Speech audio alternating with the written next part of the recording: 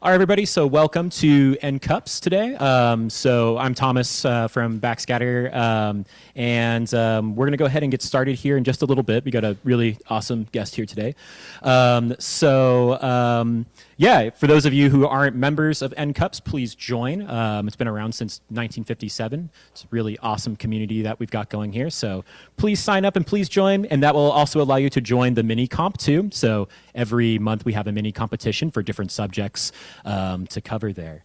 We're really happy to sponsor this here and hold it here at Backscatter and kind of keep this going here as well.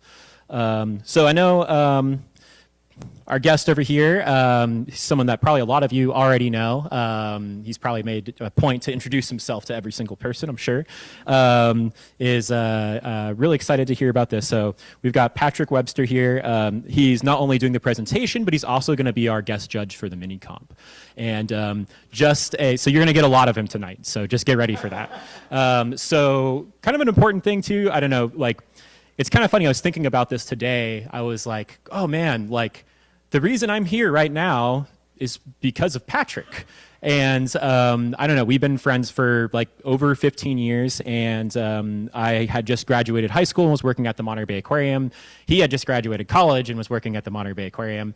And he was like, when you go to college, you gotta do scientific diving, man. It'll change your life. And guess what? It did. And then on top of that, when I graduated college and was kind of figuring out what I wanted to do, he went diving with this guy right over here in the corner, Robin Dodd. Yeah, Robin. And Robin said, hey, Backscatter needs a shipper. And I was unemployed at the time, and that's how I started here at Backscatter. So I'm literally here because of Patrick, which is really cool. But so that's enough about me with that. But yeah, so Patrick's an amazing diver. He is the dive mola guy. So if you need to get a sticker, ask him, or a T-shirt, or a towel, or anything. Tattoo, he's figuring that out as well. He's also kind of the ultimate, what is that? If you've got a question on what something is, he's going to help you figure that out too. An amazing resource, one of my best friends ever. All right, Patrick, take it away.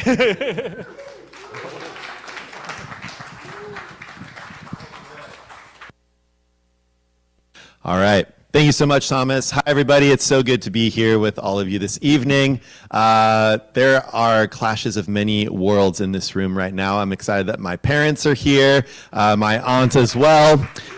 They have buoyed me along in this particular profession. Thank you for always being there to help me out, and thanks to all of the friends and family, everybody who came out.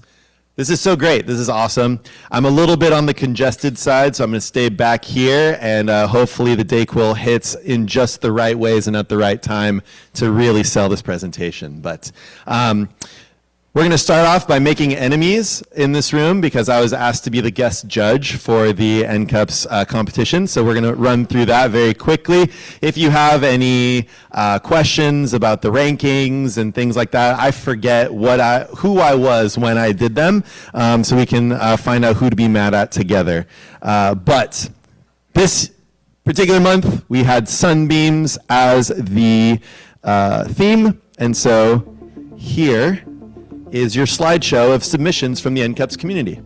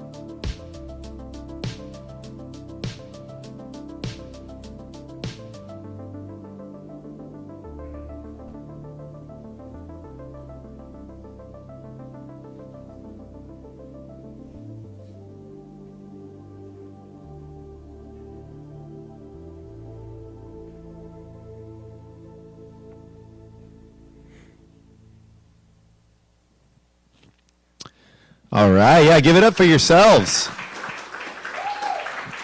Amazing. All right, so I was asked to judge these particular photos, so I was absolutely ruthless, and these are all very personal decisions, and you know what you did. I'm going to go through some of the images, and then in general, for me, what I was judging based on was with the term sunbeams being the theme. I wanted to, I tended to look for places where the sunbeams were the actual character or one of the things that was really driving the image forward instead of just being something that was in the background or kind of loosely there. So that happened to be the lens that I looked through it with. So if your image isn't on here, one of the big things about about sunbeams, we're very fortunate as underwater photographers that we actually get to put the sun in frame. Most photographers topside try to avoid that as much as they can. We actually get to put that sunball right up there. But in the judging, looking at the images, because you're looking at a very, very bright thing, just be mindful of your highlights, of your dynamic range. Stuff can get pretty weird when you take that slider and you put it all the way down to take the highlights off. You can start getting weird magentas and teals and things. So generally speaking, some things to look for in your editing, and as I'm always finding, once we put photos from here onto a big screen and vice versa, the color is a little bit different. The black maybe not as black as we thought, and the whites maybe are a little bit too blown out. Anyway, let's go through these photos very quick. We've got Christina Chapman. Congrats, well done. Beautiful mangroves.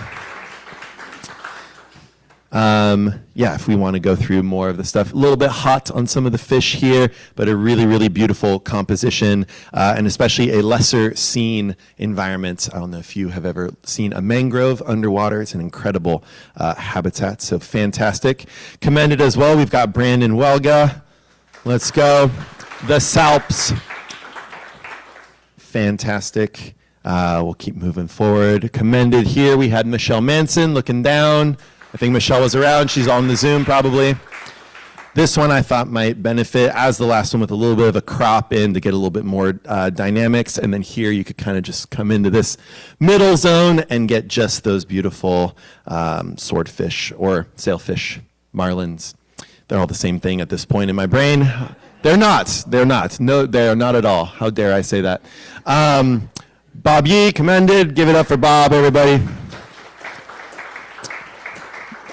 This one beautiful with the late evening light, and then coming in, these two little fish here in the front were fun. I believe taken on a small format camera, so challenging to get the whole dynamic range in there. Then commended, we've got Jenna Emery. Give it up. Yeah. The only reason that it's this far back is because I am a known anti-charismatic megafauna photographer. So putting a whale in there was immediate points off. But the sunbeams are beautiful. No. It was tremendous.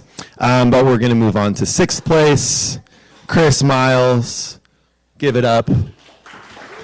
I'm going to make sure that you all have applause fatigue by the end of this section. So you've got none left for me. Beautiful. But no, this is an amazing photo, very, very tack sharp. A few things. The reason it wasn't higher up the list was that idea that the sunbeams are just kind of in the background and not fully incorporated. But an amazing use of the backlighting. Got a little bit of rim light on. If you're not familiar with these are the lion's mane nudibranchs, Melibea leonina, and they can be very, very challenging to photograph, especially in bright, clear water without blowing things out. So very well done there. Fifth place, we had Chris Nonnell. Beautiful coho salmon. Yeah, an amazing photo. The sunbeams being the more I stared at this image, the more you could see where the sunbeams were lighting up the eye in the background of this amorous male. Yeah, just a really great photo. But again, with the sunbeams being just a little bit too much of the background character to this obviously huge fish there in the foreground. Fourth place, Steph Flax. Give it up. In attendance in the back. This was one that if it had a little bit more stronger contrast in a black and white photo. It's nice to have like pure blacks and pure whites in there, but I liked the use of the sunbeams to paint on the sand, utilizing some of that clear water that we have, and then really making the lighting in this image coming only from the sun a very good player. Excellent. Then third place we had Linda Horn, beautiful. This was a photo, when you see it, if you're thinking, what's the theme of the photo competition? And sunbeams, boom, right there. Awesome as well to have the diver for scale. Yeah, just an excellent photo with, some challenging highlights and lowlights to try to manage. So very well done in ambient light as well. Second place, though, we've got people pandering to the judges. They didn't know it, but good job, Keith. Second place for taking a photo of my favorite thing in the whole world. Sunbeams right there in the middle, and just the fact that you can see the backlit of the kelp, the overlapping patterns. A really good image is often one where your eyes just kind of get lost and wander around. And so I was just staring at all the various patterns of the kelp overlapping, and then also be able to see some of the clouds and blue sky back there, meaning that you had a really good exposure. So yeah. Great job on the sunbeams theme. And then first place, let's give it up for Sage Ono. Not only is it still pandering directly to my phycophile self, I love the algae, but this was a very creative use of the sunbeams with a little bit of backscatter left in there to show you where the light is coming from, an ambient light photo of the kelp with the rainbow effect. So this was a very creative use of that sunbeam prompt. So very good job there. Then the videos, we had fourth place for Brandon Welga. Give it up one more time.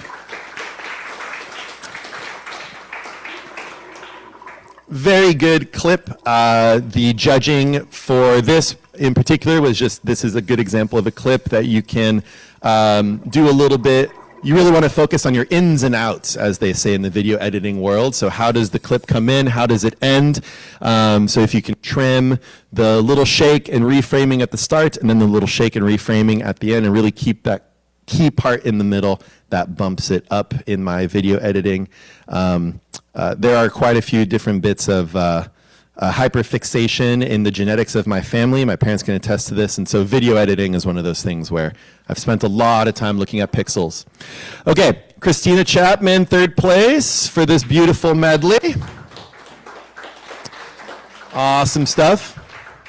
This was a really great montage of various bits of sunbeam scenery, and my favorite clip of the whole thing was the dolphins here. And so I felt that with all of the other clips going on, some were a little bit shorter, less strong than just this center clip here. So an amazing moment there with the dolphins. I especially like the lens flare for a sunbeam competition called J.J. Abrams up for he's known to add lens flare into his movies.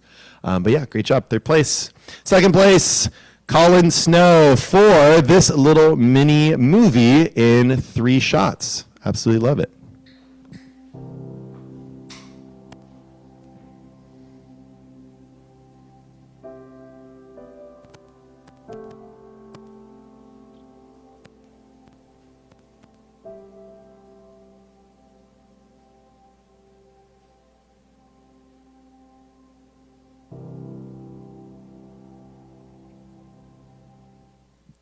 That just made me so relaxed to see. Yeah, give it up one more time.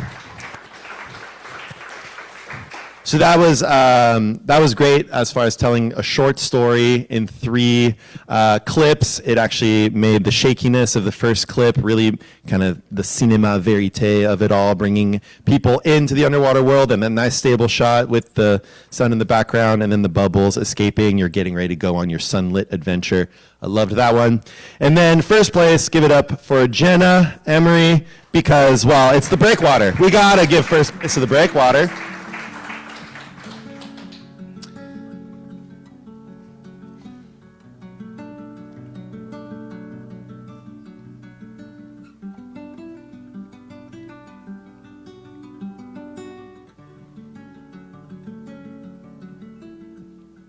There we go. Loved that one. Yeah.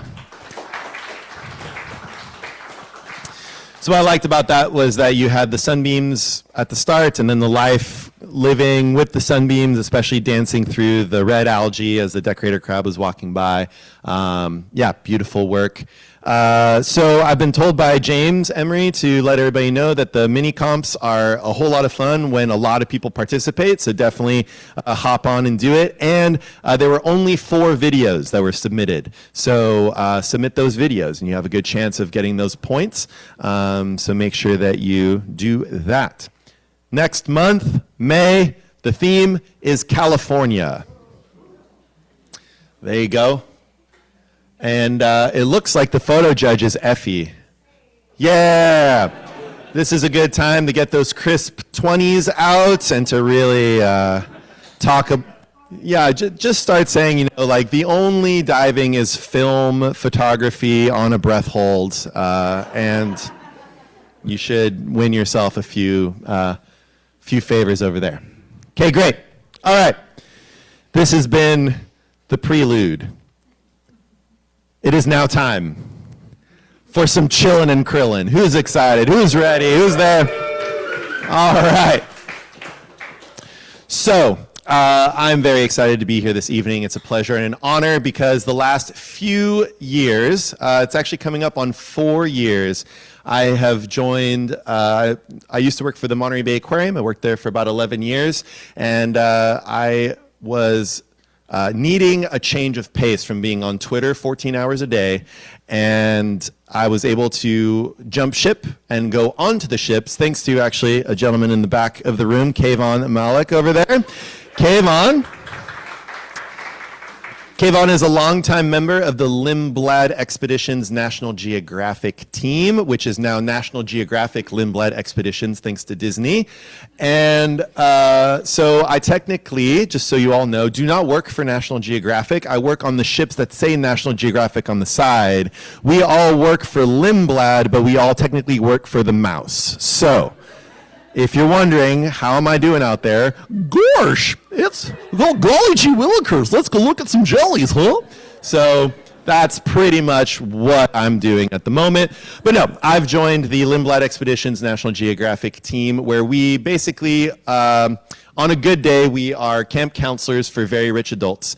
And we go out and we see really, really cool stuff. It's amazing. It's an incredible opportunity. And Lindblad in particular has an aspect of their program where a couple of the naturalists are also scuba divers. And we go out and we take photos and videos of what's underwater in these remote places to then share with the guests over a presentation after dinner or during cocktail hour, trying to complete the picture for the guests. So we travel to a lot of very remote places, and it just so happens that being here, a Monterey Bay scuba diver, I have been almost self-selected into going into the cold polar regions because I really like the chill.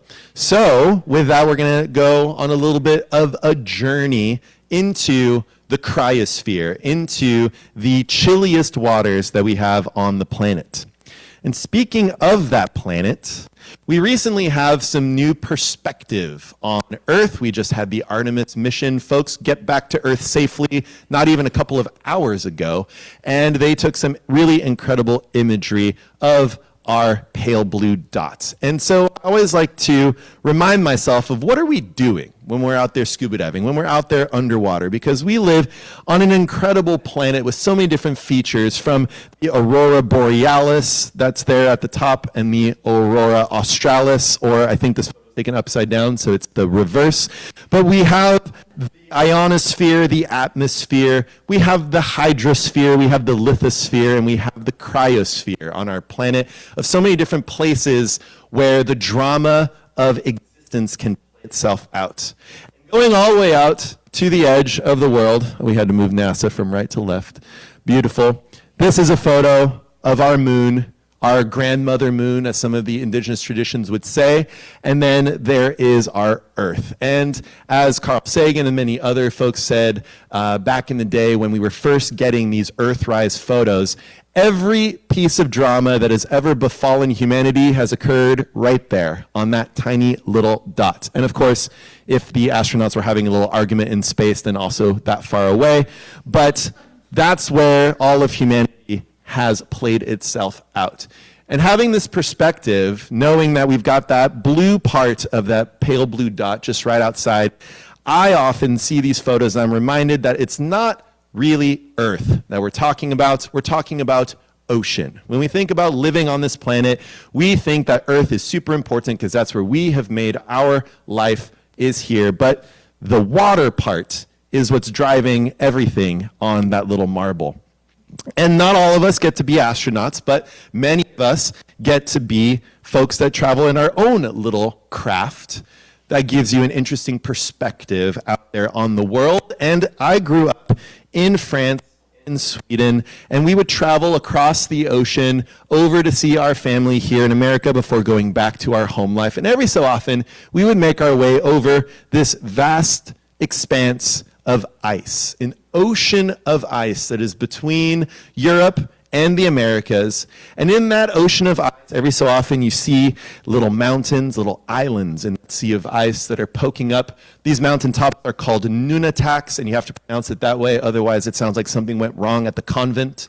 So the nunataks are there, sticking out of the world of ice. And we maybe realize that we are living in a very, very special time, because for 2/3 of the planet's history, we had no ice on the poles. We are living in an ice age. As much as we may think that it is not an ice age, we are in one, have been in one for quite some time, and having ice on Greenland, on Antarctica, and in various ice fields around the world. Well, that is ultimately what gives us incredible sceneries and landscapes. This here from Scoresbysund in Greenland, but maybe you can recognize some of those features from the High Sierras in Yosemite and other places you may have visited back when there was a little bit more ice to go about. And down there, maybe you can notice this mountain has a very jagged peak. Well, that's the exact same hill here, and it looks like, or the exact same type of mountain there, and it looks like my slides have messed themselves up in their animations, but we'll move on. We persevere. That's a river of ice, a glacier that's carved its way through those hills. And when you have a river of ice carving your little valleys and you fill them up with water, you get a fjord. And every so often you have an ocean of ice that has a massive river that pours out from its ice field. 1/3 of Greenland's ice cap will make its way out into one single fjord, the ice fjord of Ilulissat. It's difficult to tell how big this is, but you just saw basically 100 miles long of river of ice, and here's 40 miles of that ice heading its way out into the open ocean. That ice cap in the background and that ice flowing forward is what bird the icebergs that are trapped here on their terminal moraine. One of those icebergs is that sunk the Titanic back in the day, coming out from this ice fjord. And the little town of Ilulissat, where people are living, is that little cleared spot right there, just to give you a sense of scale. So we live in an ice age, in an ice world, adjacent to ice, but with everything mediated by the ice. These beautiful icebergs, this one there in Greenland, and then this here fjord in southern Greenland. It looks very similar to, again, Yosemite or other places you may have traveled, Norway, around the world. Just remember that all of that was under ice. 20, 30,000 years ago, we had 3,000 feet of ice on top of Seattle. So this whole world that we're living in, we're currently experiencing a little bit of a reprieve from the crushing pressure of that ice. And as we've gone from the moon down into this ocean of ice, into the fjords, melting our way into having ocean filling in those fjords, and maybe a little expedition ship with 2 saunas and hot tubs and 2 bars and an incredible band on board. One of my favorite names of the bands on the Lindblad ships is A Band on Ship. Anyway, just thought you should know that one. Oh, if you have a boo coming right now, you should get ready. So this is the scenery that we're taking folks into. And then, of course, as a diver, you start to look into the water, maybe under that ice, and think, boy, what is down there? And so we've gone from the moon all the way down to this dork that's just there, really excited to go and get chilly under the water. You can see here I've got my Ninja Turtle dry gloves, and that is all so that I can go and spend 15 quality minutes with this adorable Atlantic spiny lumpsucker. From the moon to that little fishy right there. Look, it's quite upset with me. If you're wondering, that's its scientific name there. And I think that it's all worth it. I think that is a big thing to do in a cosmic sense, to go and commune with our little fishy friends there under the water. And on the opposite side of the planet, where you have the alter ego of underwaterpat that's out in Antarctica, I just want to let you know that sometimes the water is so cold that the interpretation gets very basic.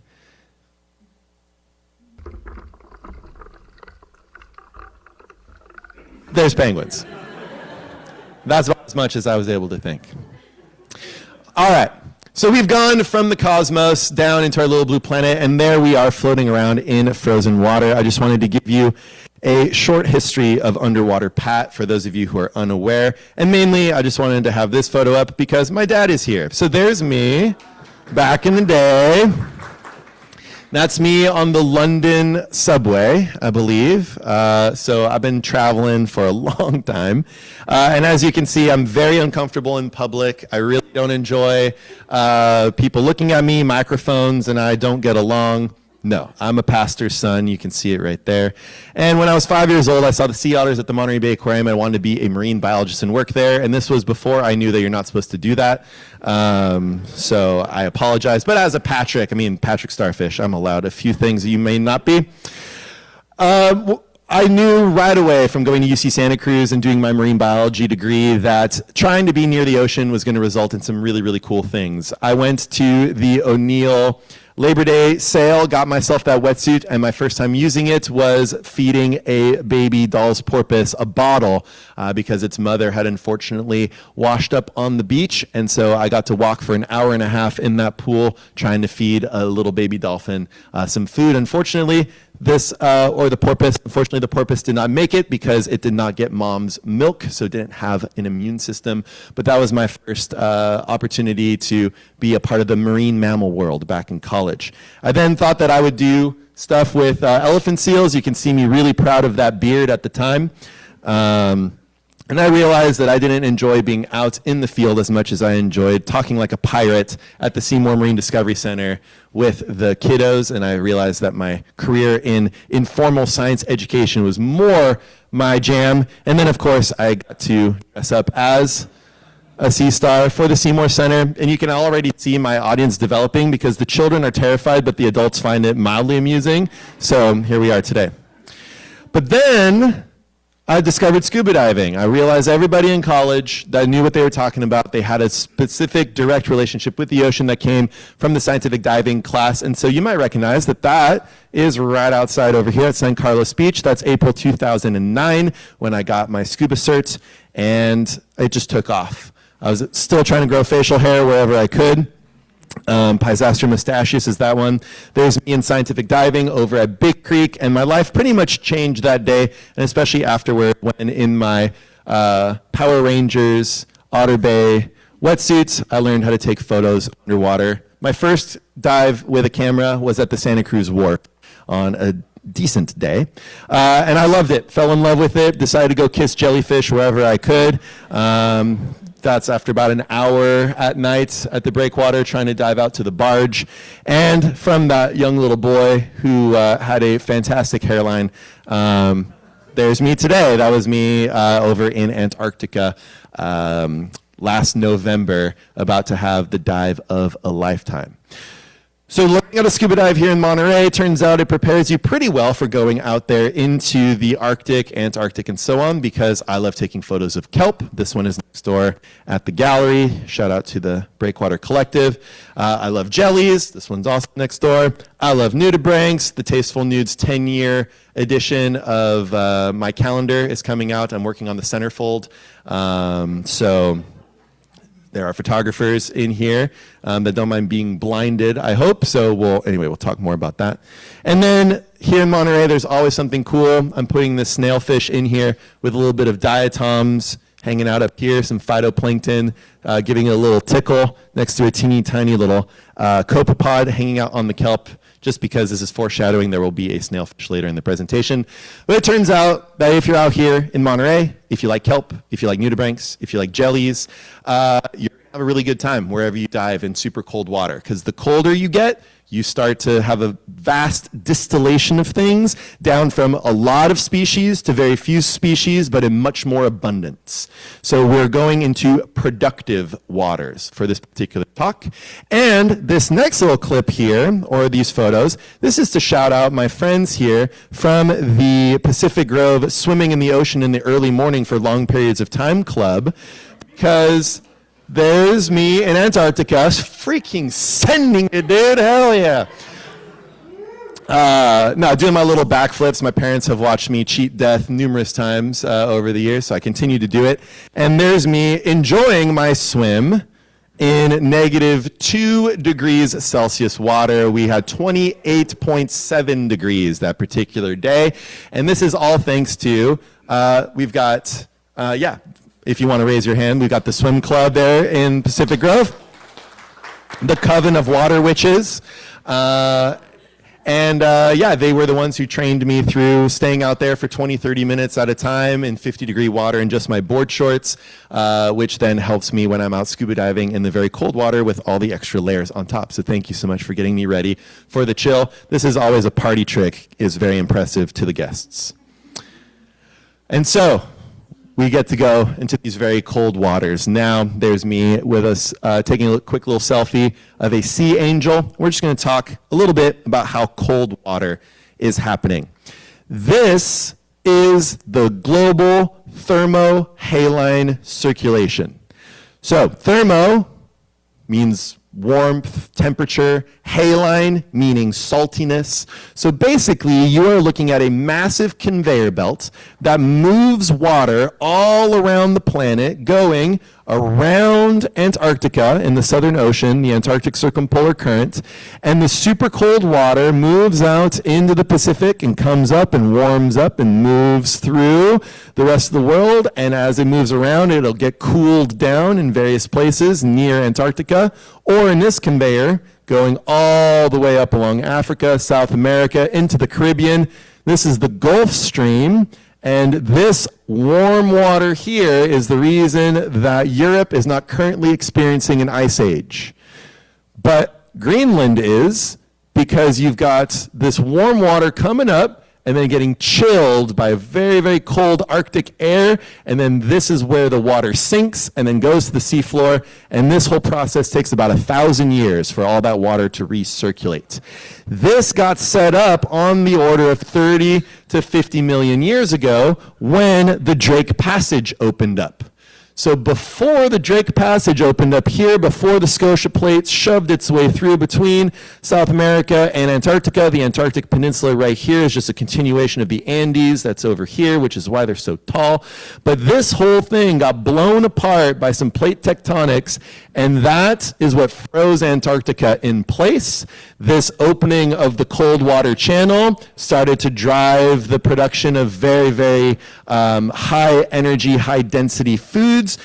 30 or so million years ago is when whales start to really develop their baleen. So the opening of this passage basically creates whales, the way that we know them today. And so when you freeze a continent in place, this has not always been the case. There's not always been in Antarctic, a southern pole, a lot of ice down there. But this has been frozen in place. And the difference, if you're wondering, really, between Antarctica and the Arctic is that in Antarctica, you have land surrounded by frozen ocean. And in the Arctic, you have frozen ocean surrounded by land. So it makes it fundamentally different in terms of what can show up and what can be there. But the opening of the Drake Passage basically creates modern life on Earth. If you want to think about how the climate works, how it all fits together, the ocean is the primary driver of everything on the planet, and it's basically that's the dynamo, that's the engine for the global circulation. That opening makes it so that the same ancestor develops into either an albatross or a penguin, because the winds become so ferocious that you might as well just fly around the world as a gray-headed albatross in the Drake Passage, diving potentially 80 feet deep to go grab your food. These things can actually dive pretty well, we're discovering. Or you're a Gentoo penguin, you're just like, screw the flying, I'm just going to go after the fish. And the same ancestor for these two animals starts off in Antarctica, in South America. The Drake Passage opens up, productivity goes through the roof. Some take to the air, some take to the water. So that's how powerful that body of water is down there. Going up to the top, though, if you've ever watched The Day After Tomorrow, that is actually a pretty good documentary horror movie about what happens when the Atlantic Meridional Overturning Current, the AMOC, when the AMOC runs amok. You're welcome. That is how you freeze all of North America. That's how you precipitate everything back into having the Cordilleran and Laurentide ice sheet. Basically, the Gulf Stream here is keeping everything working. If this were to weaken, if this were to stop, we would be in a lot of trouble. Or if you've got skis, you're stoked. So, in that zone, in the North Atlantic, there are kelp forests. I didn't know this, otherwise maybe I wouldn't be here today if I knew there were closer kelp forests. But this is on our way up to Greenland. This is in Iceland. This is a field of Laminaria hyperborea. It's the same looking stuff as the laminarials, Pterogophora, Eisenia, the woody stiped algae that are in your way when you're trying to do a subtidal survey off of Big Sur and other places. There's incredible forests out there, lots of cod, an amazing ecosystem from Norway, the Faroes, British, Scottish Isles, all the way over into Iceland. But once you hop over the strait, over the Denmark Strait, over into Greenland, you pass a body of water where on one side it's a little bit above freezing, and on the other side it is freezing or lower. And that's where this photo was taken, the water here, 30 degrees Celsius that particular day, 30 degrees Fahrenheit, -1 Celsius. This is the playing field for hopefully not the rest of the talk, because we got to get to the Antarctic, but this is where we're going to be. We're going to be between the Canadian high Arctic, Greenland over here, Iceland in the far corner. You may know Iceland is green and Greenland is icy. And the reason for that is because when the Vikings were over here hanging out in the southern region, it was actually quite warm, quite nice, and they needed some marketing tools to convince everybody else from over here to come over here and help them homestead. And so they said, it's green. And technically, it is right there, but not so much everywhere else. Anyway, we're going to the Arctic.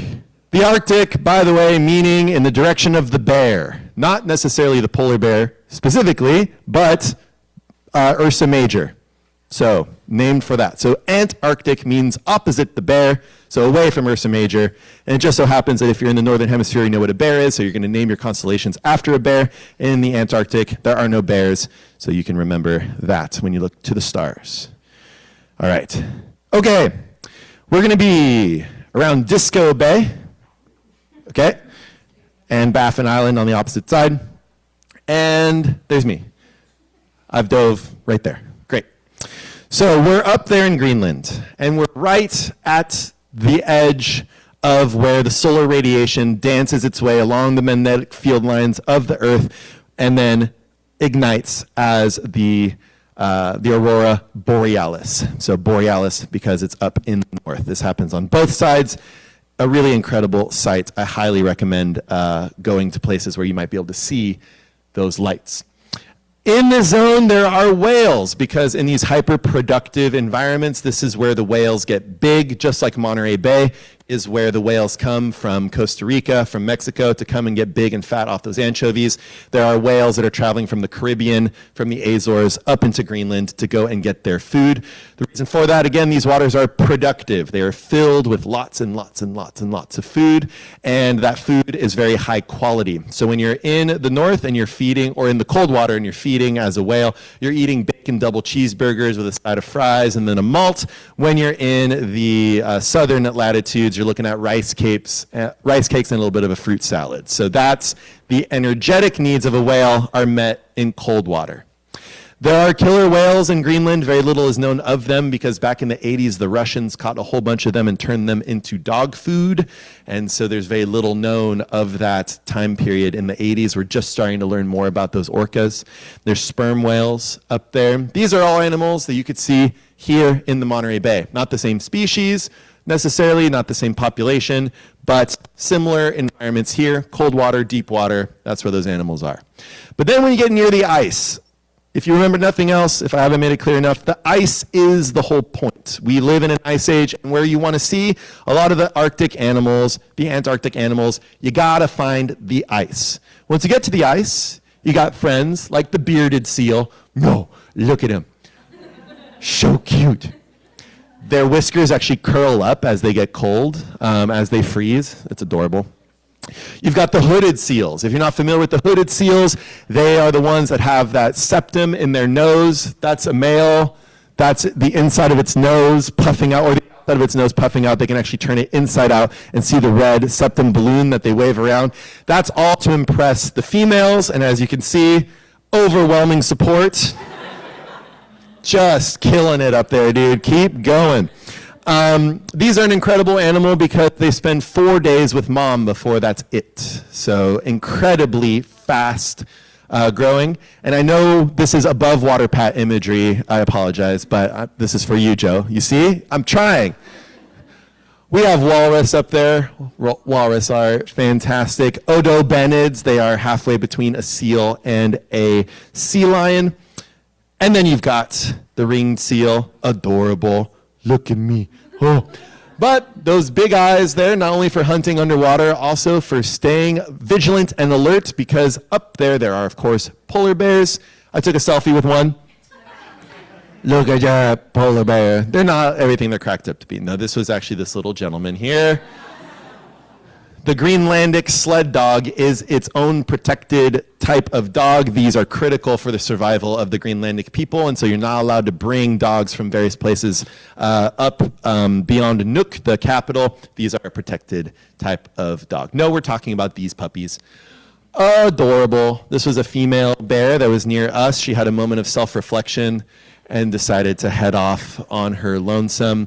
Going up to these areas, this is largely what we're trying to show the guests. We're trying to show them the charismatic megafauna, show them the polar bears. You find the ice. There's a mama with 2 cubs. Here is a very sweepy bear because just exterminated a seal over here. Yeah. So we get to see some pretty fun stuff on the ice. Here's a bear that is very gross from all of the blood from eating a hooded seal. You can see this one's very happy that it's there on the ice floe with its dinner plate. And then the friend going like, bro, can I have some? Oh, it smells so good, bro. Can I get like a little bit? So this is mainly what we're up there to show people. Here are 3 chonky polar bears. I would call them thick, but I know better. And if you are a birder, sometimes it's interesting on the trip. You know, people are like, oh, it's a polar bear, whatever. But then people are like, oh my God, an ivory gull. No way. No, it's an ivory gull. Come on. But of course, you know, this is more what everybody wants to see. And this is the playing field of the polar bear, is the ice. And in the ice is this incredible organism, the narwhal. This is over in Baffin Island. And they are associated with the ice, but I need you to understand that this animal is basically like sheep or cattle up in that zone in terms of how numerous they are. They are incredible organisms, monodon monoceros, meaning the one-tooth, one-horn animal. That is the tooth of the male that sticks out. Sometimes the females get the tusk as well. Sometimes there's a double tusk. But this is something you will never see unless you're by the ice. And then if you're at the ice, your chances go up exponentially. And so this is a lifer animal to see. Very fortunate to spend some time with them, including about 100 in a fjord on a snowy day where everybody was complaining to me that their autofocus was not working. So I had a good time. Some people did. But so then what's my job? Well, my job is to get out there and get cold and see what is under the water. The thing about these cold areas, the cryosphere, is it's some version of blue, black, brown, white. That's your whole color scheme for most of the time when you're topside. And once you get underwater, things start to get very interesting very quickly, as we all know out here. This is a moment where the sea ice was starting to form above us. That's called frazzle ice. The water here is 28 point something degrees. And this is leading towards a huge glacier to the right, and on the little underhangs where the ice can't quite come and scour, you start to see that every little nook, life starts to show up. And this reef might look very similar to a deeper water reef that we see out here in Monterey. The tech divers in attendance, the deeper you go, you start to see bigger sponges, more gorgonians. We've got soft coral there. And who knows exactly how old everything in this image is, but it's on an underhang that has not been hit by ice in maybe hundreds, maybe thousands of years here. These animals are so slow growing that to have this large bit of soft coral and these big sponges here, it's really a oasis in an area that's being smashed by ice. So I try to take these photos and then zoom in, go around, show people that there's like big shrimps here, more soft coral there, tunicates in the background, zooming around, more shrimp, more tunicates, and we just kind of move around the photo and show everybody that even though they have not seen anything on the land in a while that's growing, underneath these rocky overhangs is a forest of animals. And then in some protected bays, here's a little bit of video, you've got these carpets of sieve kelp, it's called. A garum, or sugar kelp. So you can make miso soup out of this stuff if you wanted to. And inside the sugar kelp, you've got maybe the Greenland sculpin, looks very much like a local cabezon. And then you've got, hiding out amongst bryozoan bushes, maybe a banded gunnel. We have gunnels out here. They're some of those elongated fish friends. All the little fuzzy bits there, individual tentacles of the bryozoans. And then on the kelp itself, maybe you'll have a little friend like we saw earlier. Here is the Atlantic lumpsucker, just to give you a sense of how small and tiny. I so small, I so tiny, look at me. So this is these are little, I know, right? Oh, did you see me? My camouflage is usually like really good. Oh my God. So our little friend there. I told you there was a snailfish later on in the presentation. Oh, we already skipped over it. Great. Amphipods all over the kelp. So the kelp itself up there has a lot of life that's living inside of it. There are, I think, over 1,000 species of amphipod. It's like 900 species in Antarctica. There's many, many, many in the Arctic as well. Almost impossible to tell them apart from the species, but these are caprellids, skeleton shrimp. You might know skeleton shrimp from out here.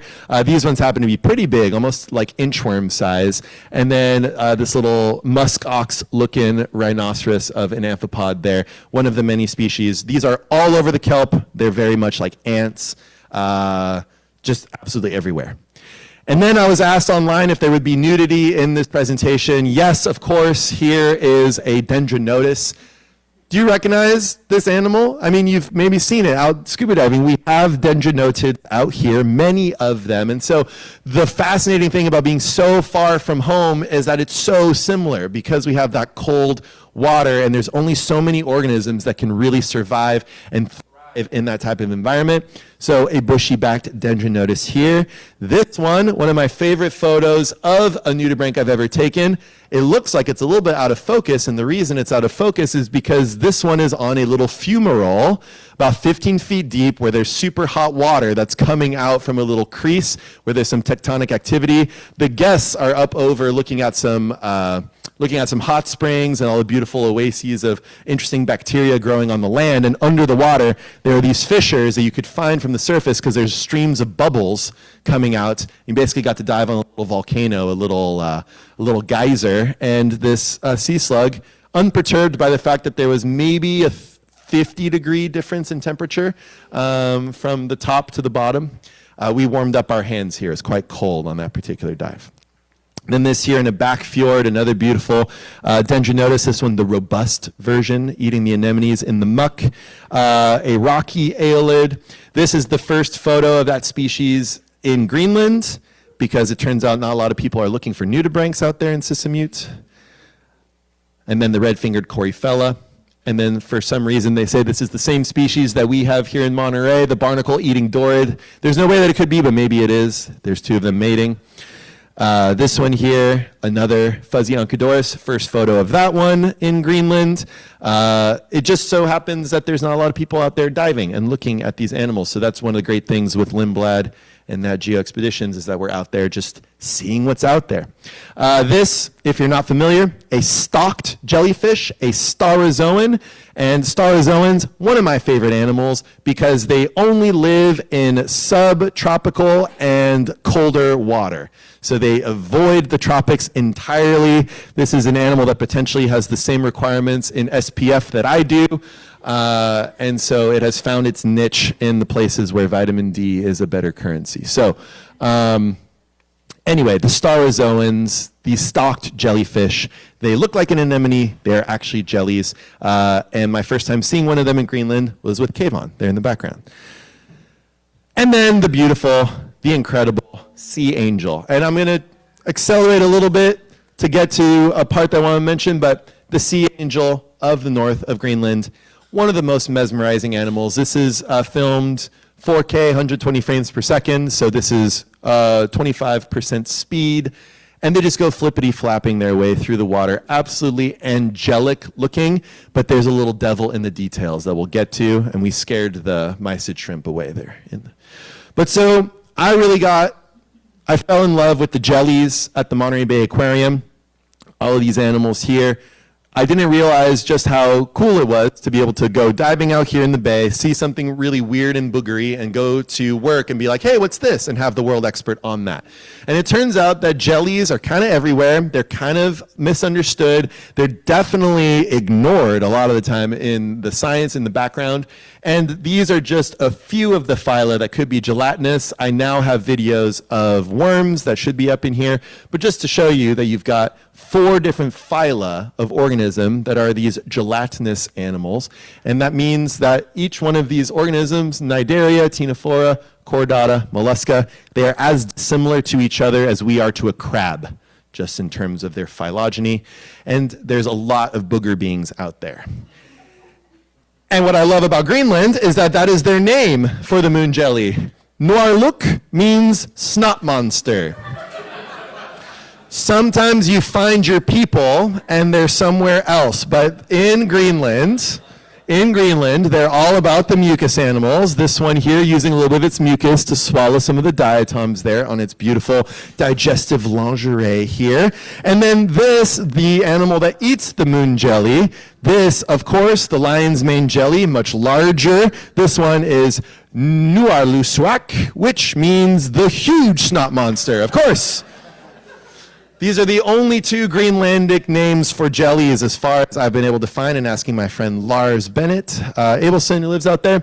But these jellies are everywhere in all the fjords. This one is a very tiny lion's mane jelly. This is a much larger lion's mane jelly. And what I liked about this particular photo is that in the background, maybe you can make out that there is a structure. It's a little warbly with the split shot, but that is a 14th century Viking church that is hanging out in an area called Havalsi, which means the white place, because that church used to be bright white.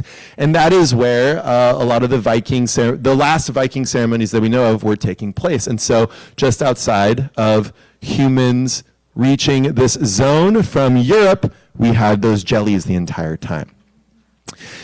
This is a photo from the ice fjord of Ilulissat, a massive piece of ice, and in front of that piece of ice, I found this particular jelly that I was told by my guide was definitely a moon jelly, And I told him it definitely was not a moon jelly. And he was a 19-year-old kid who was used to the white tourists knowing very, very little about what was going on. And I said, like, under every other circumstance, I would not argue with you. But I happen to be the one person who knows that that's a different jelly. And it so happened that that was the first observation of that jelly in Greenland. Now we know that it's there. Not bad. He went back to listening to his very obnoxious, loud house music in his cabin and didn't talk to us the rest of the trip.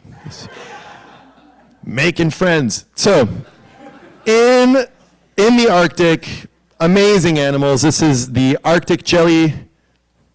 I got to move this along to get to the opposite side of the world.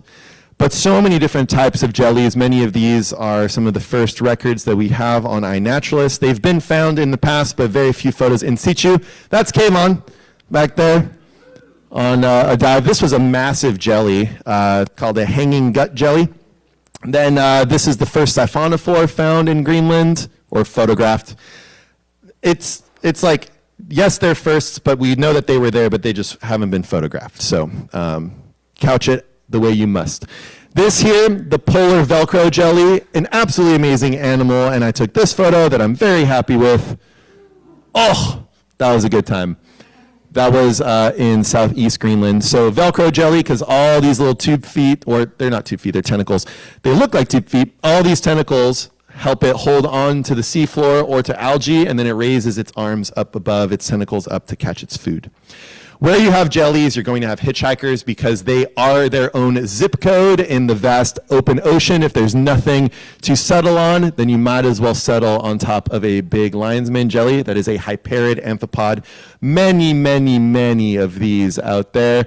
Almost every jelly is parasitized. There's one hanging out on the edge of the jelly, feasting. And then here, I call this the jelly jockey.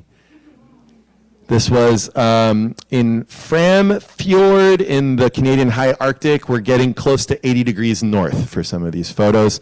Very, very cold water.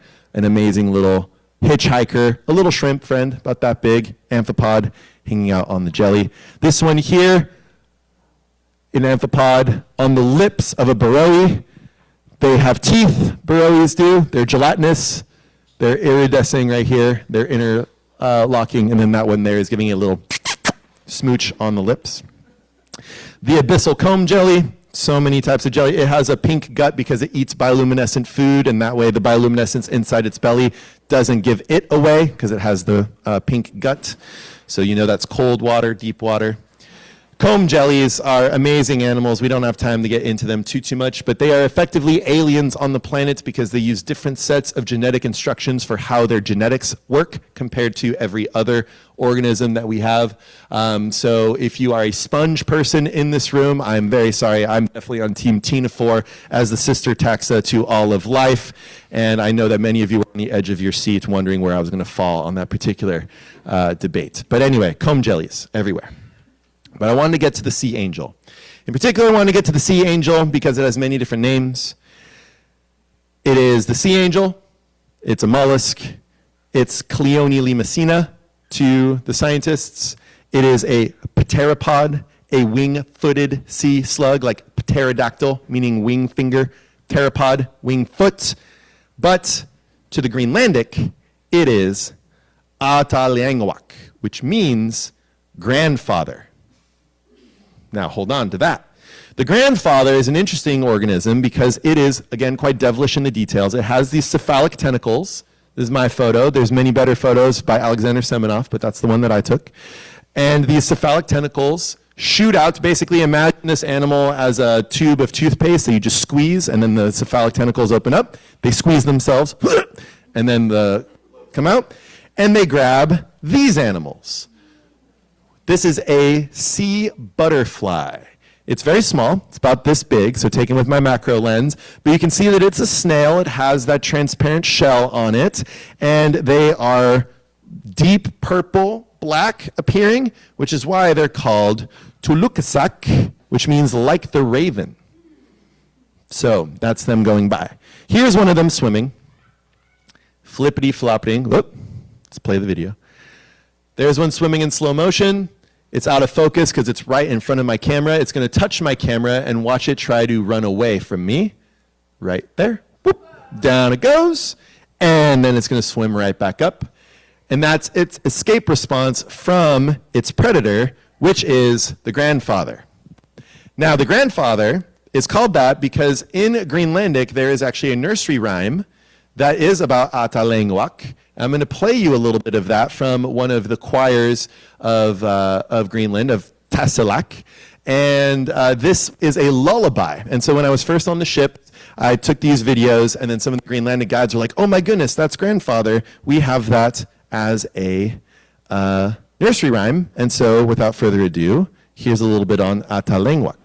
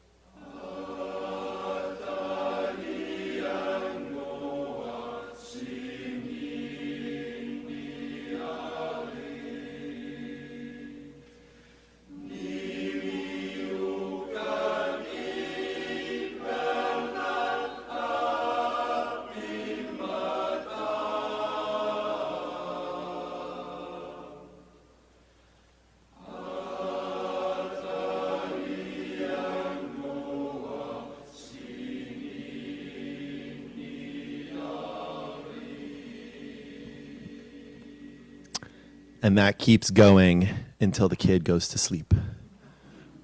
And there it is swimming in real time. How cool is that? That there's a nursery rhyme dedicated to a sea angel out there in Greenland. And so just going back to that cosmic perspective, I've given us a little bit of a respite from hearing me talk there. But going back to that cosmic perspective, just think about from the moon that down on Earth, there are people singing to their children a little song about a sweet little butterfly and how incredible our species is in those moments. This is the town of Qeqortormiit. My apologies.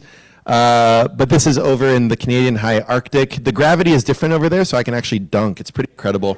Boom, look at that. This was the kids' school. So there's all these people that are living in Greenland. That's me participating in the high Arctic games. This gentleman here was very impressed with me able to kick that high, and my hamstrings felt it the rest of the voyage.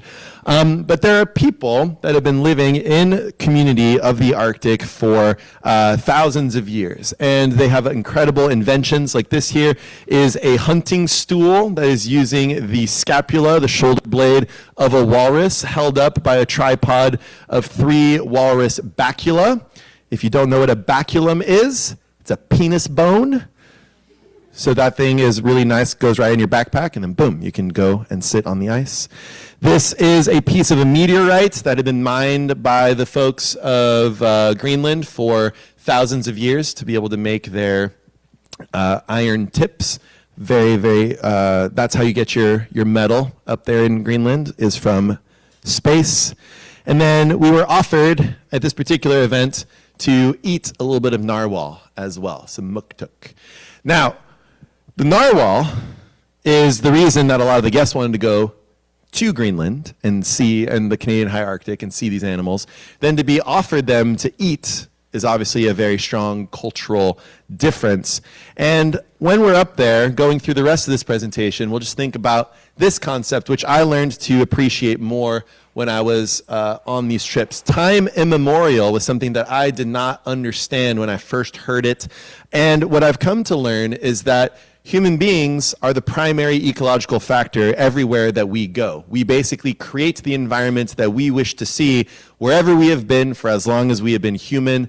1,000,000 years, 100,000 years, 10,000 years, a couple hundred years here in this country, we have set ourselves up as the primary factor in the environment. And so in a world with the narwhal and nothing growing for many months out of the year, that is a continuation of yourself to the Inuit. And the moral clause that us Westerners have to have, that it is wrong to eat a whale, is what we needed for our culture to shift away from using them as fuel, as lighting lamp oil. And actually a lot of whale went into becoming margarine. And we had to convince ourselves, hey, maybe that's not so right. But up there in the north, one of my Inuit friends said that one of the burdens of being Inuit is that your life exists because of the souls of other beings. And so the deep community that these people have up there, you just imagine that there isn't a single narwhal, a single whale, a single muskox or reindeer up there that doesn't know a time where they might walk by a human habitation and hear that little lullaby going to the grandfather. So humans have been a part of this continuation that entire time, and so have we here along this coast with the Esalen Ohlone Rumsen, the rest of the indigenous folks of California and all around. And so just something to consider as we leave the area that has people, to go to the opposite side of the world, to where there have not been any people living for extended periods of time until very, very recently. And that, from the moon's perspective, is the brightest white part at the base of the Earth, and that is the frozen continent of Antarctica. And I swear I'll get us out of here before midnight. So the Antarctic, opposite the bear, the other ice world, this is why the world is the way that it is today, is because of that Drake's Passage. The Scotia Plate is a tectonic plate that pushed its way between Antarctica and South America, and it created a deep, deep ocean basin and ripped the Andes apart. There's an ice field left in Patagonia, and then just a couple of vomitous days across the sea, you can make your way over to Antarctica. The wildest waves in the world, if you're watching TikTok, it's the heave-ho, brothers. And that's there. That's where the water is that does that. And the Falkland Islands up here, if you're into kelp, that's where you want to go. That has been the genetic repository of kelp for the Southern Ocean this entire time. It watched Africa disappear and South America leave it a little bit in the rear view, and it's just been chilling there on a little back eddy of tectonic activity. Falklands are amazing. And over there is South Georgia. I had no idea what South Georgia was until I started working on the expedition ships. And let me tell you, if you want to go someplace to see wildlife, you want to go to South Georgia. That is where everything you think Antarctica is, it's actually there. This island right up there, that's actually where you want to go.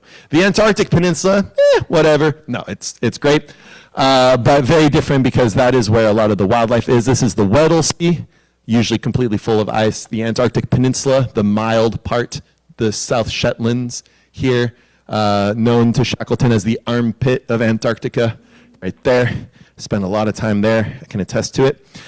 But going across the Drake, you get to be in the world of the gliders. The strongest winds in the world, we're talking the screaming 60s. We're looking at ridiculous winds going through that passage. And these birds, the albatrosses, they use it to their advantage.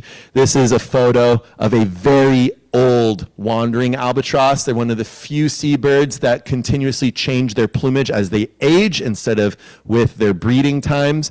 A bright white bird like this could be 60, 70 years old. They have an 11.5-foot wingspan, and they literally fly around the world, around the Southern Ocean, locking those wings in place. Just an amazing bird, a ocean elder there. The Drake Passage, I recommend going through it. It's not that bad. It's a prescribed 2-day flu if you're not feeling it. And you make your way across, and there's incredible life, from these longfin pilot whales to these fin whales that are going across the Drake on their way to go try to find food on the edge of the ice. And then if you get a little bit waylaid or blown away by the wind, you wind up in South Georgia. This is a beautiful place with giant kelp forests living in frozen water. And South Georgia, it's everything that people say that it is and more. It's a very big privilege to be able to go out there. Some of the photos taken there with the giant kelp, old whaling vessels. This is Grytviken, where you go and check in. There's a post office there where I sent my parents a postcard that got there after I got home. Fantastic, well done, Brits. But Grytviken, the site of where thousands of whales met their demise back at the peak of the whaling times. And this is where these photos get taken. The king penguins. Behind in the background are literally a million birds there. The brown ones are the chicks. They call them oakum boys. The one on the right seems particularly like, yep, I'm a chick. And yeah, so this is where the king penguins are found. And then looking through the southern elephant seals. Southern elephant seals, I didn't know this, they're twice as big as northern elephant seals. So like a northern elephant seal male, 4,500 pounds, cute, adorable. These things can be 9,000 pounds. They are huge. And the first time I saw one on South Georgia, I was like, what is this redwood log doing on the beach? There's no trees down here. And it was one of those boys there. But look how cute, look how adorable. He is grace. He is beauty. His nose is not quite impressive enough to mate. Oh, anyway, a little bit of a spa day. So there's a million Antarctic fur seals down there. We have, of course, the Antarctic mlem in full display. This was one of the first photos I took of the Antarctic fur seal down there. And then we had one come and play with us. Very glacially silted water. But look at that adorable little face. Whoa, so cute. So yeah, I do like the charismatic megafauna. But, surprise, I prefer the sea spiders down there. Where you have cold water, you have a lot of oxygen, you have a lot of weird stuff that comes up to the surface. There's what's known as deep sea emergence in cold water. So we like to think of the deep sea as being, you know it, deep. But actually, we think about depth because of the pressure in our bodies, and as somebody who currently has sinuses undergoing a lot of life events, that pressure really affects us. But if you are an organism without the air pockets, the deep sea is probably just temperature and light and currents. And so in Antarctica, in the high Arctic, you end up having, quote, deep sea life that is right there at the surface because it's cold, it's dark, and it's pretty chill for them to live. And so the pressure is not that big a deal. So often you find huge cool stuff in the shallows in these areas that we would have to go 10,000 feet deep out here in Monterey to recreate those same temperature, light conditions. The pressure, not as big of a deal for many of them. This sea spider, by the way, that's the mouth in the front, and it has like a little turret. That's its eyes. The eyes go all the way around this little ball turret on the top. It's hilarious. Here's two of them mating. This is the 10-armed star. The male is on the bottom, the female is on the top. The female is laying her eggs out through her legs, and they're being fertilized by the male at the same time, and then he's going to hold on to those eggs at the end. So that's looking down, and then there's that little ball turret head. That's the little eyes there of the male. We have these beautiful stalked jellies down in Antarctica. This is Haliclissus antarcticus, apparently very closely related to the one that you find in the San Juan Islands for some reason, but there it is. This is the southern Coryphella, so not the same one as up north, feasting on a hydroid. I like this photo because you can see its little tongue on the inside there. It's a little radula about to go. And then again, in South Georgia, as everywhere else, on the underhangs is where you find a lot of the life because the ice is, again, that scouring force that basically determines whether you get to live in place or not. That's my buddy Maya, and she's been diving this site for something like 10 years, and she's been watching the sponge grow over that time. Not a huge difference, but it's trying. You know, it's doing its thing. But out there on the Drake, leaving South Georgia, going back into the open ocean, you get some really interesting things. For example, those clouds are being formed by condensation of the wind going over a piece of ice that is a mile across or more. In Antarctica, you barely start measuring ice until it's a couple miles across. There was an iceberg that broke off from Antarctica called A23. When it originally broke off, it was the size of Jamaica and was sailing around the world over and over. And some of these tabular bergs, they create their own ecosystems. And so we have to give them plenty of space, but that is a wall of ice over 100 feet tall, maybe more, and 90% of the volume of the berg is under. So these create their own currents, their own ecosystems. They're shedding all these little minerals and so on. And so this cloud over the ice is being formed it's basically its own little floating Rhode Island going on out there. And so you often see a lot of life associated with those big tabular bergs. Am I up? Am I done on time? Oh no. Shoot. Too bad. We're going to keep pushing through. But so the ice of Antarctica. There's nothing that is close in this world to the ice world of Antarctica. The only thing that's close is Greenland, but when you go to Antarctica, the cryosphere is what you're looking at. Everything is ice, and all the animals are associated with it. That there is a snow petrel in front of a iceberg that was actually rather small. It's ridiculous down there. And so I get to go snorkeling. This is like a whale of ice here. This was my first time in the water in Antarctica. There's my buddy Amy out there on the Zodiac, and I'm just trying to take some photos. And this is from my recent trip down to Devil Island. A beautiful piece of ice, almost like a rocking horse out there in the Weddell Sea. When you make it to Antarctica, this is what you see in the South Shetlands. Some rocks, some ice in the background. Of course, there's the penguins. We all are looking for the penguins. But on these rocks, there's some coprophilic lichen, which means that they like poop, which is why they're orange. And where there is orange lichen, there is a bird pooping. There's the skua up there. J'accuse, there it is. And then there's us on staff. If any of you are familiar with Dennis Cornejo, who lives in Pacific Grove, he's a Lindblad legend. That's him right there. He would absolutely hate that I'm talking about him right now. But there he is with Tori. They're out there setting up cones over to see the penguins.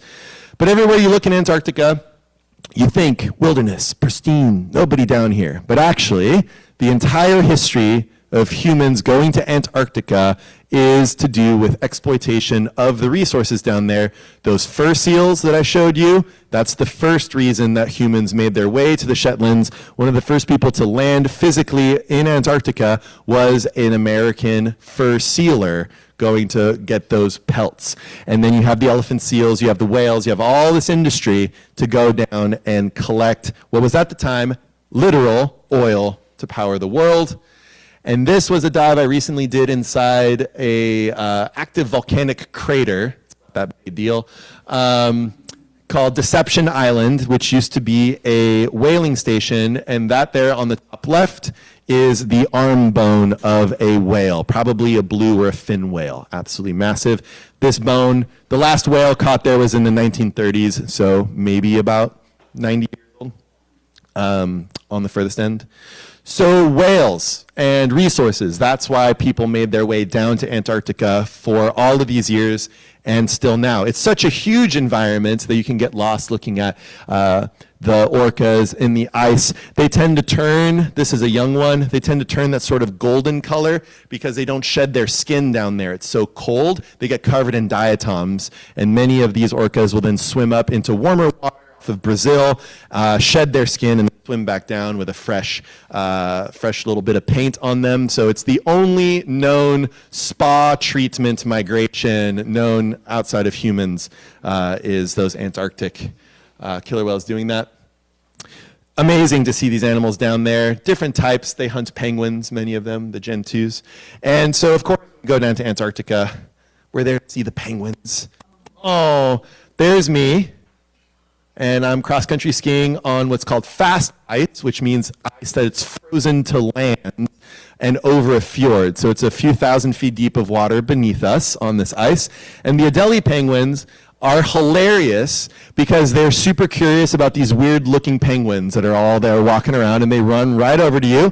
And in this modern era of bird flu and so on, we have to tell everybody to keep backing away, and the penguins are just like, what do you mean safety, distance, what? I want to hug you. So they're adorable. Oh my gosh, you're so cute. So the Adelie penguin is a super ice associated bird. Pygoscelis means brush tail, one of the brush tail penguins. And on the same day, we had my first emperor penguin sighting, and you can see nobody else noticed the penguin. No, this is actually literally everybody on the ship, all standing at a distance from that little bird right there. That came over to be like, what are you guys doing? It was an amazing thing. So emperor penguins you can find down there. It's quite rare though, because when we go to Antarctica is when the emperor penguins are usually already leaving, because they have their babies in the winter instead of when the ice is breaking up. And then the Gentoo penguin. This is for Lindblad's marketing. You're welcome. Look at that. Off of Nico Harbor, where I'm just standing on shore taking photos of the penguins as they go. So, again, same as what we saw in the north.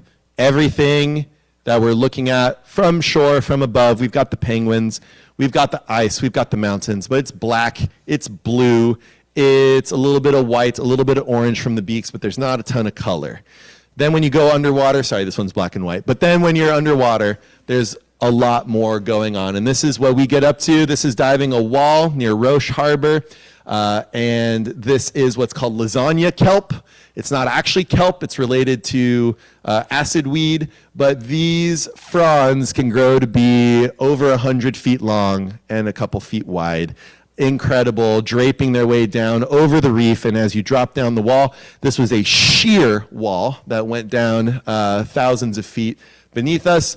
You start to see really cool life living on the edge like this, the Antarctic Death Star, we call it. If you're not familiar with starfish, on the back of them, they have many little pinchers called pedicularia that are often there to keep the star clean. These animals, though, their pinchers are there to catch krill and anything else that might be crawling on the back of it. And so you sometimes see them with their arms extended into the current to try to grab krill. Or other bits of food in the background. Oh, and you can see just how bad my masking job was on the screen. Beautiful. You got to do stuff quick when you got 30 minutes to make a presentation on the ship. Here is one of those underhangs, sponges, soft coral, one of those places where the ice can't get to. And just recently I had one of the most mind-blowing dives of my life, going into a primordial ocean made up of gargantuan sponges. This sponge is about the size of this desk over here, and it is there probably for hundreds, if not thousands of years in one spot. This is off of Brooklyn Island in Wilhelmina Bay. There's my dive buddy Maya. She's 5'1". So just to give you a sense, that's not a ton of forced perspective. Those are some massive sponges. In fact, this photo here, this sponge is 6 feet long.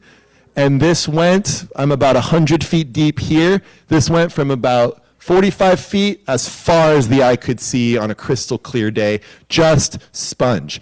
These are some of the simplest organisms on the planet. They were animals before animals knew what they were going to be. They're so simple. They don't have tissues in their body the way that we do. You can take a sponge, maybe not these ones exactly, but you can take sponges, pass them through cheesecloth, and then they'll reform into a sponge on the other side. They'll not be the same sponge, and they'll certainly have stories to tell, but they're very, very ancient types of organisms, and this is one of those photos that if I told you that was Antarctica, might be hard to tell, but I'm 100 feet deep, looking straight up to the surface, and it's all sponges like I had never seen before. Absolutely incredible primordial ocean stuff. When you hear of sponge reefs, there's some in the Pacific Northwest you can go dive. The bottom or seafloor out here on the Davidson Seamount and so on, you're looking at this type of reef. It's all animal and it's all incredible. Then, a little bit shallower, where you've got a lot of life like this, you've got predators. One of the top predators in this environment is the Antarctic ribbon worm. They crawl around and eat just about everything. And then I promised more nudity to some folks out there. So here are some Antarctic nudibranchs. Charcot's Kernon is this one. Excuse me. Charcot is Commandant Charcot of the French expedition that was aboard a ship that I love. It's called the Pourquoi Pas, which means why not? I think that's the best name for a ship ever. They found this one back in the day. You've never heard of Charcot because he was successful at everything he did. They lost no men, nothing happened. They went down, they got locked in the ice, they had baguettes and croissants and wine all throughout the winter, and they went back, and he married Victor Hugo's granddaughter. So, I mean, amazing. So, the giant aelid looks very similar to one of our aelids here. Not a great photo because it's the only one I could find, but like back in a crack. We have the salt and pepper Doris out here. This is just the salt Doris. First photo of that one in Antarctica. Oh, yeah. The Antarctic Dorid, Ostrodorus, quote, Kerguelensis, because the geneticists are trying to split this thing up into like 30 different species. I refuse to learn what they're doing. And then, of course, more beautiful animal life in the water column, the black sea angel. And then there are jellies kind of everywhere where you're looking. Here on this piece of red algae is Charcot's Velcro jelly, Starocladia charcoti, absolutely beautiful gem of an organism. Those little round orbs on the inside are its eggs that it broods internally. Next to it are the amphipods. I hope that I set it up so you can see a little bit of the themes repeating from the super cold places around the world. You've got some differences, you got a lot of similarities. Amphipods, for whatever reason, they just do so good in the super cold, and there's, again, 900 species of these things down there. Can barely tell them apart taking photos of them. And they can form big aggregations like this. This would be food for many of the filter-feeding animals that are down there, and also food for, potentially, the larval crocodile icefish that I found here. If you've ever heard of ice fishes, there's many fun stories about them. And this crocodile icefish, look at the widow teethers. Rawr. So this animal, usually living very, very deep on the sea floor. Oh my gosh. Okay, I'll plug that back in here in a sec. Over here we've got chromatophores, little pigment sacs over its belly because it probably eats stuff that is also bioluminescent, and so it's trying to hide itself in plain sight. One of those bioluminescent animals might be the Tomopterus worm, the gossamer worm, one of the only animals in the ocean that makes yellow bioluminescence. And you can actually see maybe these are the little centers of its paddles where the goo emanates from. If it gets stuck on you, then now you are shining and you get consumed by your predator. And then the salps, beautiful animals. If you're not familiar with salps, we can't go into the next 2-hour presentation that I have on them, but each one of those little orbs is the gut of one animal in a chain. They are basically the counterparts to krill down there, filter feeding their way through. But like I was mentioning, the ice is the feature. The ice is on the seafloor so many places that we end up diving, and so I've shown you the best diving that I've done. Most of the diving I do in Antarctica looks like this.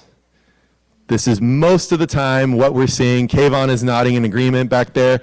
We usually have to squeeze a whole lot of marine science love out of these little zones where I'm like, well, if you look over here, there's a little bit of a sponge. Okay, all right. But it is pretty incredible to see the coralline algae, the limpets, the odontaster stars, various little bits of sponge in there. Every so often you get lucky and you find an Antarctic giant isopod, which are quite big, very slow going, hanging out usually near penguin colonies. If you get extremely lucky, maybe you'll find an Antarctic feather star that's giving you only one thing to look at, and the lighting is the way that it is because you're 100 feet deep and you have no more bottom time left, and you're just like, I haven't seen anything this whole dive. And then you go up, you fix it in post. And then if you're very lucky, again, you might find a little ice fish hanging out with a limpet, and it's beautiful and orange, and that's neat. But a lot of the time you're looking at this same animal, the Antarctic limpet, over and over and over. Yes, it can grow pretty big. It can be 70 years old. Look, it's covered in coralline algae, and it's got little worms on top. Isn't that crazy? And sometimes you get lucky and you find them spawning and mating. They do this little tower of power where they crawl up on top of themselves and then they emanate sperm and eggs all next to each other. And so that can usually get the crowd going at cocktail hour. It's like, yeah, come on. And then you're back in the surge zone and you're just looking at, okay, all right, what am I going to talk about here? Oh, Desmarestia, sulfuric acid. I've lost them already, never mind. And so you start grasping at straws, and maybe there's a penguin feather that goes by, and like, wow, look, the penguin feather has gathered up some diatoms. Now, the diatoms, the oil inside here, that's the blubber of the animal that you actually care about. And you try your hardest, and then nothing is happening. And this particular photo right here was about to be the basis of my presentation to the guests on the ship when we were at Elephant Island, which is a very famous spot for the Shackleton fans. It's where members of the Shackleton endurance group they were hanging out there for 4 months while Shackleton headed to South Georgia to try to go get help. Elephant Island, incredible. The diving, terrible. There's too many glaciers. And so this was about to be everything that I could possibly come up with to show the guests. And then the moment you've all been waiting for, or some of you, this little lady came by to say hello on that particular dive. And when you are down in Antarctica, there's always the chance that you're going to see a leopard seal. And let me show you what it looked like when I saw my first leopard seal underwater. We're 20 feet deep. That is the visibility. It's glacial silt. I've just been looking at amphipods and sea stars and penguin feathers. And then I saw over the shoulder of my buddy these big flippers disappear. And I looked over at my buddy, and she hadn't seen the seal yet. And she looks at me, and she sees that I'm a little bit concerned. And she looks over, and she goes, "What?" And I go, "Meh, meh, over there." And so we go back to back, and so this is all basically the raw video. We go back to back, we're out in the open, and we're just letting her circle around. And once she figured out which way our front was, she only approached from the front every single time. She came right over to us, and she never stopped moving her head. It's every angle, upside down, all around, looking at us like, what are these things? And she started off about 15, 20 feet away, slowly started moving over. She's going to my buddy Ayla, over to me, back over to the surface. Interestingly, there was so much silt in the water, it was so flowery that our Zodiac drivers did not ever see the seal under when it came up to breathe. And she just came over and she spent 20 minutes with us. Now, I know what many of you might be thinking is that this is beautiful and horrifying and super scary. I have a little bit of a different perspective on some of these wildlife encounters just because, just recently Kayvon and I went up to the Bay Area to go shoot our rifles because we have to prove that we can take down a polar bear if we need to as we hike around with 30-06s on our back. So we get put in situations as guides where you're on shore with large animals. I've been on shore near grizzlies, I've been on shore with brown bears, black bears.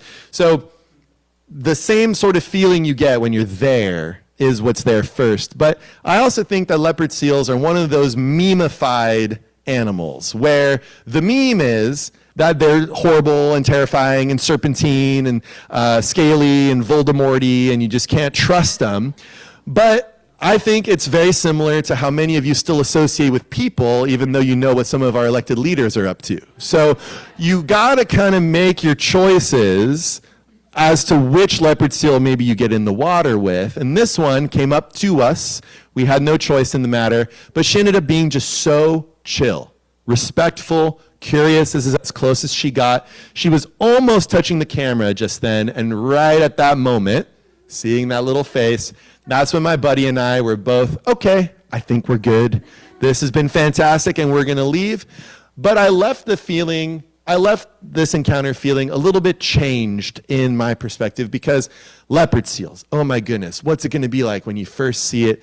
And it's just one of those things where when you're in the ocean, when you're around these animals, as many of you know, there's sort of a wavelength of energy that you end up matching. And as long as we're chill, and it's being chill, everything's chill.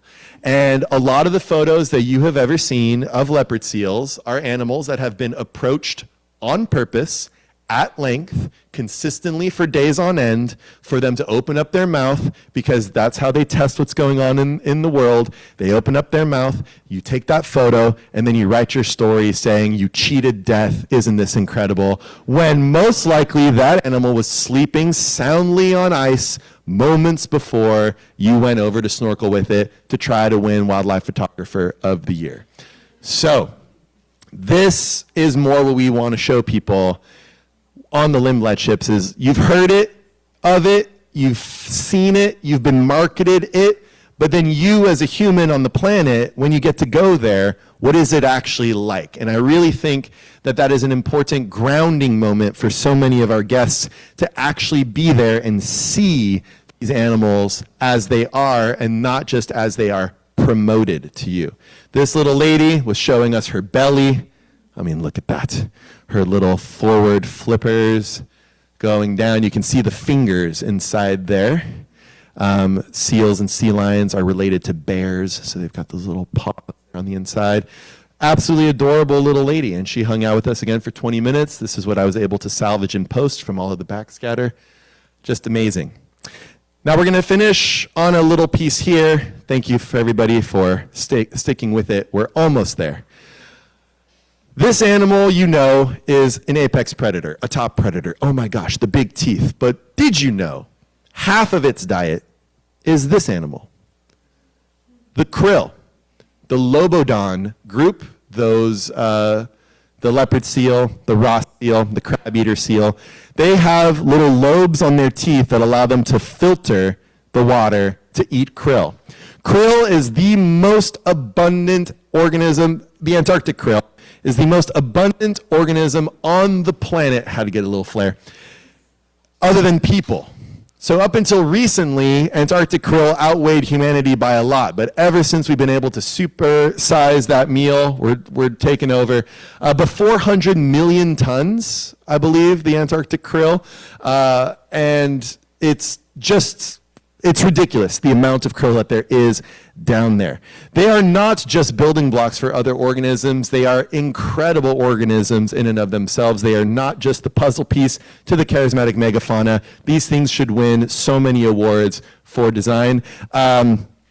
Euphausia means light shrimp because they're bioluminescent. So Euphausia superba, the beautiful light shrimp. And this animal, I mean, what is there to say about it?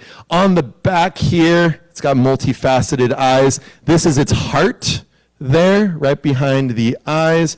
And then in the midsection, you can see its stomach here filled with diatoms and all these little chromatophores, again, little pigment sacs that can expand. They turn bright pink when they're near the surface because they need it for sunscreen, and they can also show off to their colleagues what's going on when they turn bright pink. And when you're stepping through rivers of penguin poop at the end of the season, it's bright pink because of those carotenoid pigments right there. Here's a photo I took of a krill on board the ship. Absolutely amazing animals with this filter basket here. What makes krill so exciting is that they're able to eat some of the smallest bits of food in the ocean available to an animal of that size. So they can actually eat diatoms themselves. Most other food webs need something a little bit bigger than the diatom to eat it and then to be consumed. These krill, though, they're basically 2 steps removed from pure sunlight energy. Boom, you've got the krill. That's where the omega-3 fatty acids are. That's what's building all of those whales that were hunted. And that is an incredible organism just to exist and then to create all those other animals that we see. All the penguins, all the seals, all the whales, all of everything down in Antarctica depends on that animal there. These are the most productive waters in the world. They power our planet, and there's that little friend there that is responsible for it. Now, when I come home from these trips, I often want to see my parents. I want to go see friends and family. And going on these Lindblad expeditions, it opened my eyes to a few things that I was missing out on here in California. This is a photo of a bridge at Knight's Ferry, which is very close to Turlock, California, where my parents live. And I was inspired by the many freshwater photographers here in the room to go and try to take some photos of fishes that might be in those waters. I'd seen a lot of salmon in Alaska at this point, and so I figured, oh, well, it'd be kind of fun to go see what's over there in the creek. And so we had these coastal rainbow trout, Oncorhynchus mucus irideus. Boom. And this was a photo that I was like, oh, this is kind of fun. You can actually take some photos of some fish in freshwater. And I didn't see too many other things. There was a crayfish and a leaf, and so got a little artsy with it. Why not? But I'd spent very little time taking photos in freshwater. But what we were looking for was this fish. This is a Chinook salmon, a king salmon, that is part of the fishery there in the Stanislaus River. This fish is an incredible organism that goes out into the open ocean, lives out there for a long time. I over-animated those. it's out there for a long time and comes back into the Central Valley. Now, I did not know this, but it turns out that the California Central Valley and the Sacramento River Delta are presumably the #1 salmonid habitat that's ever existed on the planet, historically. We think of salmon as being in association with British Columbia, Alaska, because that's where you can still find the good rivers. But that Sacramento River Delta, all the tributaries, all those rivers there, were potentially the best salmonid habitat to ever exist on the planet. And I didn't know about that because I live in a different Central Valley, went to a different Central Valley than what these fish grew up with. And what happened is that a lot of new thoughts about how to utilize the environment were brought in with the European folks showing up over here. And so we started damming rivers, and then we did our gold rush for a little bit. And the gold rush, when it happened, we were dynamiting mountains, we were putting a whole bunch of mercury into veins to try to get that gold out of the ore. And in so doing, we eradicated almost all the fish from these rivers, and then we turned the rivers tame. They were not wild anymore. A big fish like that needs cold water coming in from the Sierras to be able to go and breed. And so this fish, that king salmon, we basically had no fishery for it out here in Monterey for many years, and certainly it's not part of the culture of the Central Valley to go and look at your peach grove and then go and catch yourself some salmon and have a delicious peach salsa with wild caught salmon. And the reason we don't have that is because there were massive business interests that stole that future from us. We had everybody that was out there for the gold rush realizing there's very little gold, but if we can set ourselves up right, we can produce systems of selling stuff to people to go look for their gold, and then that's going to build up the big cities like Sacramento, like San Francisco. A lot of ships that went around Cape Horn, they were going up to this area to drop off the 49ers. They'd go pick up guano on their way home to go feed mega agriculture over in Europe, and we suddenly had this metastasized culture that was growing, trying to get rich when we were already incredibly rich, and we just didn't know what type of rich we were. And so right now in Antarctica, as we speak, there are trawlers catching so much krill out of that ocean that they're already collapsing penguin colonies. They're already shifting where the whales are going. And as the ice continues to melt everywhere that it is, there's more and more industries that are going to those places and taking everything before anybody notices. And then by the time we all notice that the krill is gone, we'll have a fundamentally different thing.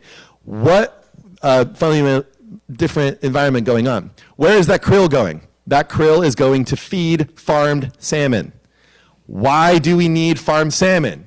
Because we don't have wild salmon anymore because the gold rush took it away from us. So we are currently in a paradigm where we're being sold back the future that we could have had if we had preserved our waterways by big businesses that have figured out if I catch the krill to make the salmon look the right color, then people will buy it and eat it. It's marketing. It's the leopard seal phenomenon. You think you're afraid of leopard seals, but maybe you're not when you see one in person. So this salmon in the Central Valley is one of those animals that if we are able to think about where we are in the planet on this cryosphere, on this pale blue dot, the ice is what's giving us life. All of us in this room, we are ice age organisms, and our deep Monterey submarine canyon that's right outside here that provides us so much of this beauty and life. It was originally carved when the glaciers were pouring out from Yosemite through that Grand Corcoran Lake that is now the Central Valley where those salmon are swimming. And before the ice dam broke, its huge river outlet would have carved the Monterey submarine canyon when it was further down near Santa Barbara. And today, with tectonics, it's moved its way up here to being the center of our life. So ice is why we're here. You've now seen a little bit of what I've been able to see from those icy, cold waters. And I just hope that you can think about where we are right now and what industries are getting ahead of themselves and taking what we already have here in our backyard from us. And all of our little community here, we are so powerful in knowing what's going on underwater in our backyard and sharing it with all of your friends and family so that we can't have the Monterey Bay and everything else taken from us because we know what we have. So, I think that was a good enough of a soapbox to end on. Thank you so much, everybody, for your extended amounts of time. And this is a video from Monastery Beach from last week, and I'll take any questions that you may have. Thank you so much.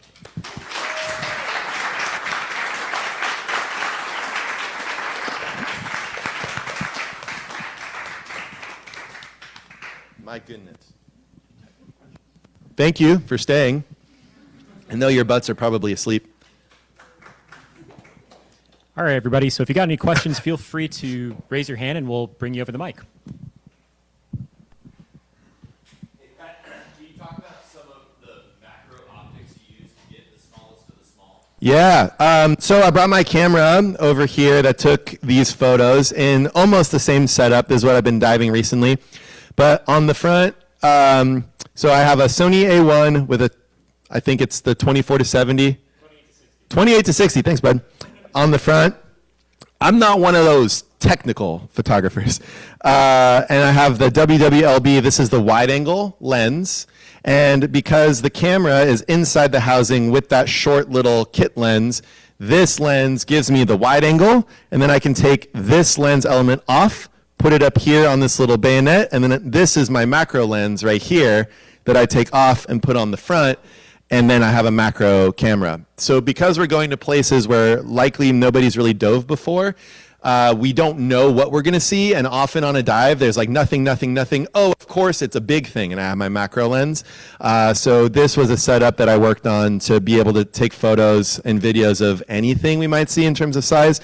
There's definite trade-offs. The image quality is not as good as like a straight-up macro camera, but obviously good enough for many of our applications. So this is pretty much the setup here with a couple of lights and then the wide angle and macro. So SMC and then WWLB and in the dark, with the lens. So the wet lens system is how we do all that on one dive. You're in the dark. We can't see the camera. The question is, how do you do the split images? So you can't actually do it with this particular system unless you're very, very fast, because this is a wet lens. You need this to be underwater for the optics to work. But for the split shot, you take any one of these cameras with a dome, like so, and then you have a wide angle lens on the inside, maybe a fisheye. So I usually bring my fisheye down there, and then as long as you get the water across the middle, then with the refraction of light you can see over and under, and then you can angle it more or less. But yeah, you need a dome to do that. Yeah. So the question is, how do you move around all the little cam tabs with the big gloves? With a lot of frustration, and then eventually zip ties. So I've made little zip tie thumb loops so I can just pull down with a very frozen hand and still be able to release the lenses. But yeah, there's a lot of swearing underwater at times. I will say that even though I'm very used to cold, it gets quite cold. And the worst by far is your hands, because you have a pocket of air in there, but when you're filming, often you're leaning forward, so the air comes out of your hand and it gets relatively shrink wrapped. So what I'm wearing on the super cold water dives is the same type of thing you might wear if you're going skiing. So I've usually got a thin sock. It's all about moisture management in more ways than one. You definitely don't want to pee when you're out there, so you try to be right on that edge of hydration. You can't use a pee valve because it'll freeze. So I have very thin layers at the base for wicking, because if you're sweating, you're gonna get very cold. And then like a thicker layer, thicker layer, thicker layer. Basically, if you looked at me before I got inside the dry suit, it would look like I was going mountaineering or something, just like layers and layers and layers, puffies and so on. And then, some people use heated vests, but I do not, because I've been trained by the best out in the water. What's the name of the ship So the ships are the Lindblad expedition ships, and there's many of them that I've traveled on at this point. The blue water ships, which are the ones that can go anywhere in the world, are the National Geographic Endurance, Resolution, Orion, and Explorer. Those are the ones that I've been on. And then on the U.S. ships, there's which are near coastal, and they can't go out into the open ocean. The National Geographic Venture, Quest. The Endurance is named for Shackleton's ship. And the Resolution for, what's Captain? Oh, the gentleman, he had his heart cut up in Hawaii. Cook, Captain Cook, his ship. That's a really fun story, by the way. If you show up to Hawaii and everybody's like having a great time, and then you're treated like royalty, and then you leave, you go to the Pacific Northwest, and you come back and you think that you're still royalty, but actually things have changed, and then you start pilfering the royal burial site for pieces of wood to fix up your ship, you might get got. So Captain Cook, a fun person. Yes, there were more questions. You talked about warmth earlier in hydrothermal vents. How warm exactly were those hydrothermal vents versus the ambient temperature? Yeah, so the vent, I may have misspoke. It wasn't quite like a true hydrothermal vent like what you would find in the deep, deep sea. It was a fissure of superheated water from like a hot geyser water source. But the water, I think they measured it on shore. It was a little bit like 106 degrees or something. And the water was 28 something. So the difference was pretty stark there. So we could warm up our hands a little bit. Lots of cool jellies. That was just south of Scoresbysund, which is the largest fjord in the world. It's 240 miles long in Greenland. You photographed a bunch of amazing animals. Is there anything that is still on your list? Is there an animal Ooh. that you saw but couldn't get the right shot? Oh, the question is, what did I miss, or what have we not gotten yet? There are many animals in these environments that we would be so lucky to be able to see. A lot of them, when people get really excited, is when the cetaceans will come by. So every so often there will be somebody has seen a whale, but I think other than like very rare jellies, I've covered a lot of the basics, especially with the leopard seal. That was kind of the last one. And a lot of these photos could be improved upon, and I've saved a lot of them in Lightroom, thanks to Joe helping me out all those decades ago, showing me how to make it work. No, it's a good question. I have to think about it a little bit more. There's the first fish that comes to mind that I really want to see is called Charcot's dragonfish. You should look it up. It looks absolutely ridiculous. It's got a tiny little head, a massive schnoz that goes out in front of it. It's about yay big, and you can find those in a few spots.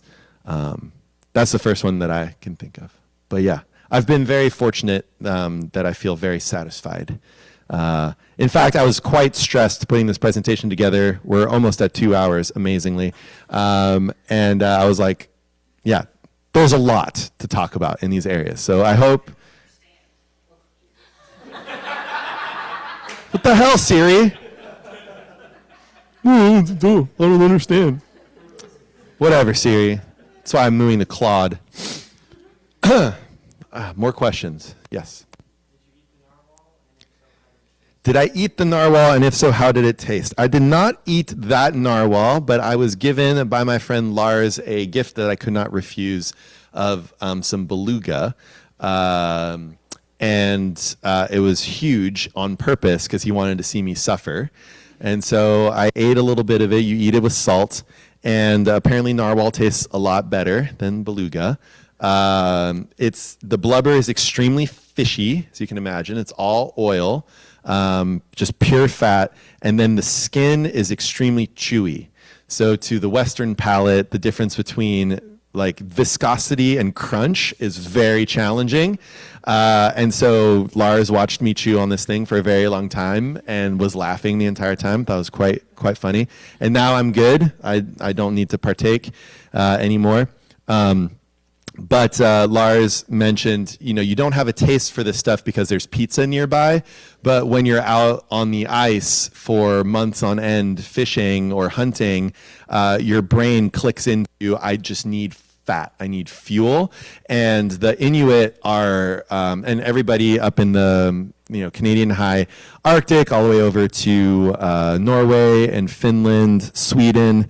All those people have been connected by the ice for thousands of years, and they knew something that the original polar explorers apparently didn't know, the British in particular, which is how to prevent scurvy, because the Inuit don't die of scurvy the same amount as British mariners do without fresh produce, and that's because if you eat raw seal meat, there is vitamin C in it.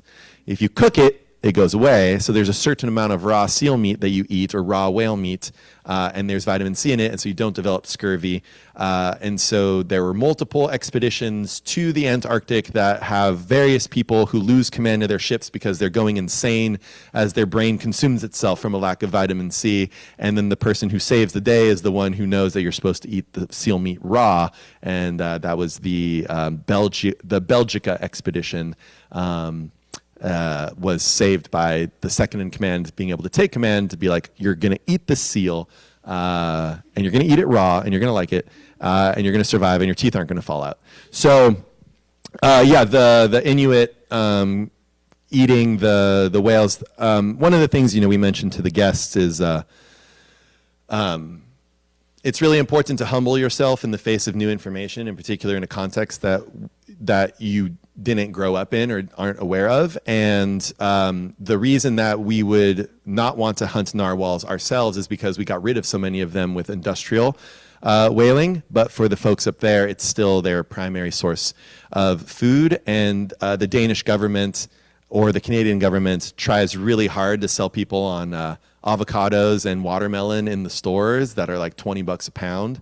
And they're like, well, I can just go catch my food, in the next fjord over. So very interesting place up there. But yeah, I don't recommend going out of your way to find beluga. But if it comes your way with a friend who's laughing at you, then you can choke it down. You're welcome, yeah. Everybody's had enough. Beaten into submission.